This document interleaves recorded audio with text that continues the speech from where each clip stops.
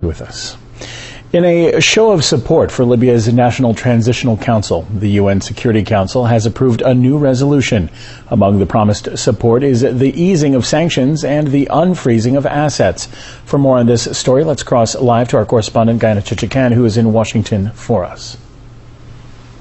One of the things that the new resolution envisions is a special UN support mission in Libya that will be set up for an initial 3 months to help in what diplomats insist is essentially a political operation. It would give advice on restoring security, but would concentrate on efforts to undertake inclusive political dialogue, promote national reconciliation, and generally help the government in Libya organize elections and write a new constitution. And that kind of UN participation is welcomed by all members. This is something that Russia's envoy to the United Nations was talking about, saying it's a UN responsibility to help create some kind of a law and order system that would put an end to the chaos there.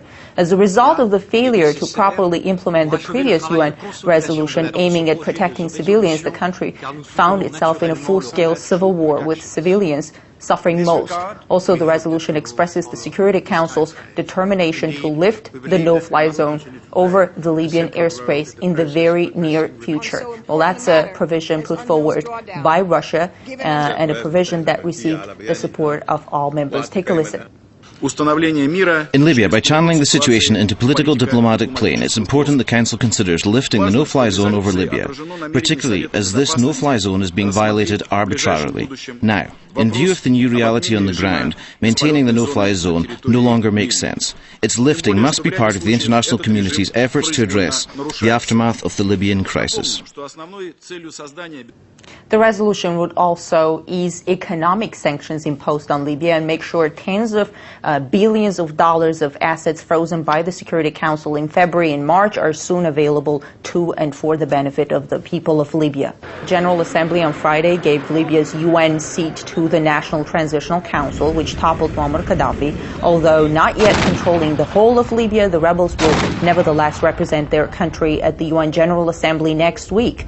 As for the arms embargo imposed on Libya, there are uncertainties whether everyone at the UN Security Council is on the same page here. Russia called for removing a ban on small arms supplies to Libya to protect UN personnel, diplomats, and humanitarian staff. But the essence of the French-British proposal with regards to lifting the arms embargo is yet quite vague, so there might be some tension over the issue there. Anyway, when it comes to concerns over the proliferation of arms in Libya and its potential impact on regional peace, everyone seems to be on the same page, and the Security Council has clearly expressed those concerns. The amount of weapons in Libya that are up for grabs is extremely worrying. Muammar Gaddafi's army left behind armories brimming with weapons, and the rebels have helped themselves. Those weapons may very well wind up in the hands of people who have other agendas than defeating Gaddafi. That's the kind of concern that Russia has raised on a number of occasions, saying in a chaos like the one unfolding in Libya, the weapons will inevitably end up in the hands of extremists and terrorists, and not just weapons, but maybe nuclear materials that Libya possibly has too.